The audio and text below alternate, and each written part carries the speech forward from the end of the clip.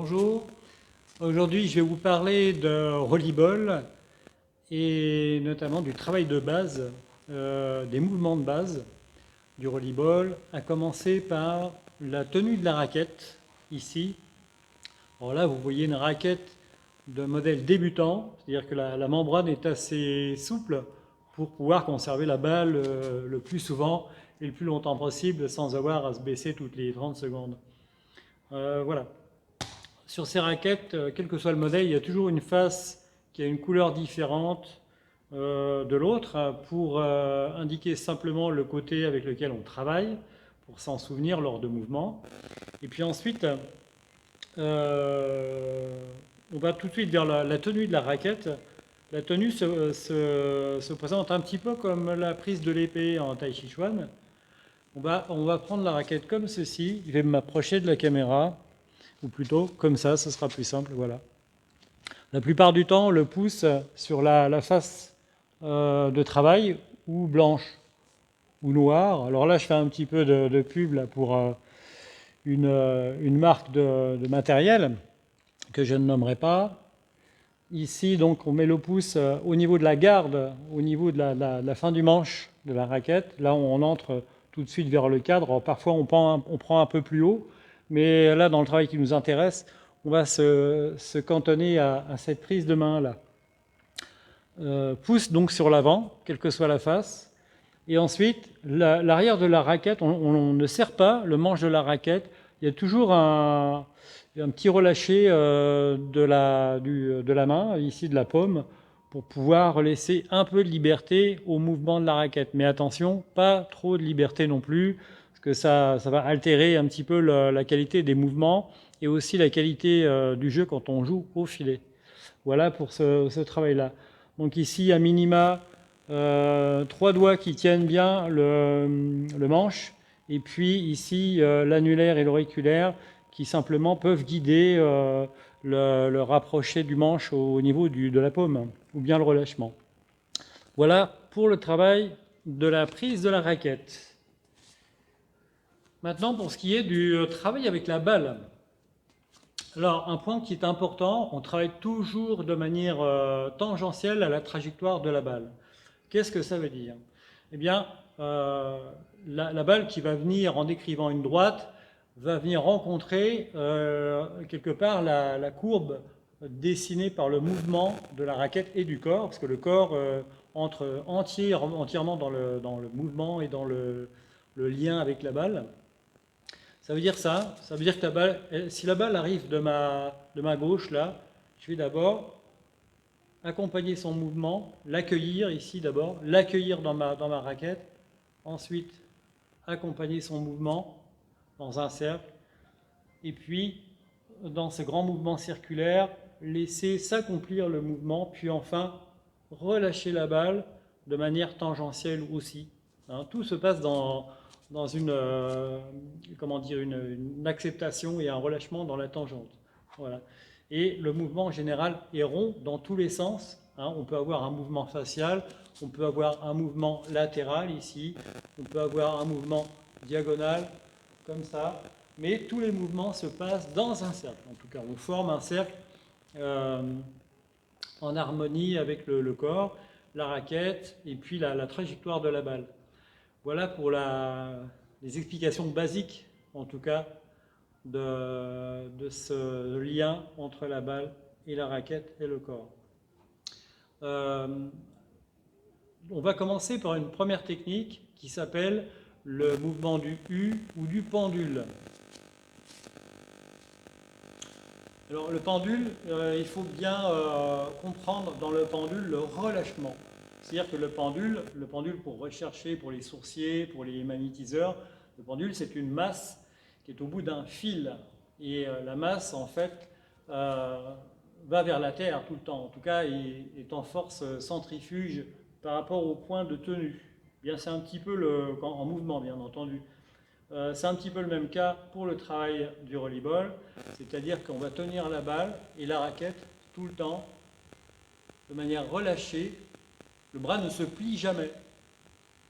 Et par exemple, dans le mouvement du pendule, qu'on appelle aussi le U, statique, puisque je ne bouge pas les pieds dans un premier temps, le mouvement sera pendulaire, comme celui-ci. Bien sûr, vous avez vu, mon corps, mon buste tourne aussi. Hein. Tout le mouvement engage l'entièreté de l'ensemble raquette, balle et corps. Et mon bassin tourne, mes genoux tournent, mes chevilles tournent. On va garder la raquette de manière horizontale pendant tout ce travail de U ici, de pendule. Et on va laisser aller, sans accélérer, dans un mouvement constant. Et bien sûr, il faut mettre la balle dans la raquette, c'est plus rigolo. Petite expérience. Vous allez mettre, si vous pratiquez, la balle dans votre raquette comme ça, et pour mesurer à quel point la balle peut être en harmonie avec la raquette, c'est-à-dire qu'elle peut rester en communication, en communion avec la raquette, eh bien c'est laisser aller votre balle au bout ici du cercle de la raquette, et peu à peu, vous baissez, vous baissez, vous baissez, vous relâchez, et puis on se rend compte à quel point la balle tient par la souplesse de la membrane et le bord de l'arceau de la raquette, combien la balle tient longtemps. On peut presque relâcher à la verticale jusqu'à ce que la balle tombe. La plupart du temps, il faudra travailler avec la balle collée comme ça sur le bord de l'arceau ici pour bien la maintenir ici, mais en même temps pour bien la laisser aller quand on la laisse partir. On lui donne un petit peu de souplesse dans la membrane quand on va la lâcher, quand on va laisser accomplir le mouvement. La membrane comme ça va avoir un petit effet de propulseur et laisser partir la balle. Premier mouvement, donc le pendule. Vous mettez votre balle au bout de la raquette et puis vous laissez partir le mouvement de la droite ou de la gauche et on y va. Comme ceci. Mouvement du U, ça veut dire que les deux branches là, du U remontent bien à la verticale, hein, comme la lettre U. Et on va évidemment travailler, on va engager le travail du bras gauche qui ne fait rien pour l'instant. Deux solutions. Quand vous ouvrez la raquette à droite, vous poussez un peu avec la main gauche en même temps à l'extérieur. Ça nous fait faire un exercice du genre Taoyin pour les amateurs de Qigong. Et puis quand la raquette revient à gauche, vous relâchez un peu. Ça, c'est la première méthode pour l'accompagnement du bras gauche. La deuxième méthode, c'est de balancer les deux bras dans le même sens, comme ceci.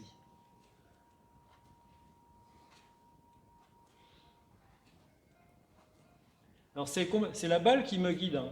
Dès que j'arrive en haut, soit d'un côté ou soit de l'autre, ici, je sens que la balle arrête son ascension, commence à ralentir. C'est le moment où je vais accomplir le retour ici, et puis la faire partir dans l'autre sens. Enfin, c'est elle qui part en fait, c'est pas moi, je l'accompagne, je ne fais que l'accompagner. Et c'est un petit peu ce qu'il faut faire en fait. Je sens son énergie qui s'amenuise, et puis la fin de son ascension, et tout de suite je l'accompagne, je ne pousse pas. En aucun cas on doit pousser la balle, c'est elle qui guide un petit peu le trajet et le mouvement. Deuxième mouvement, le pendule avec pied pointé. Alors là tout à l'heure on était en statique, maintenant on va rentrer un petit peu dans le dynamique. Pied pointé, c'est ça.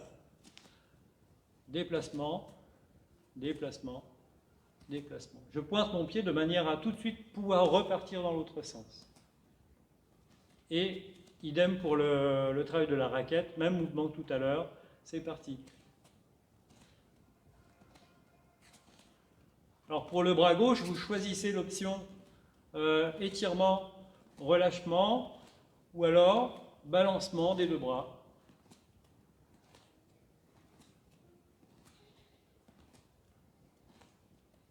Voilà pour le mouvement pendulaire, pied pointé.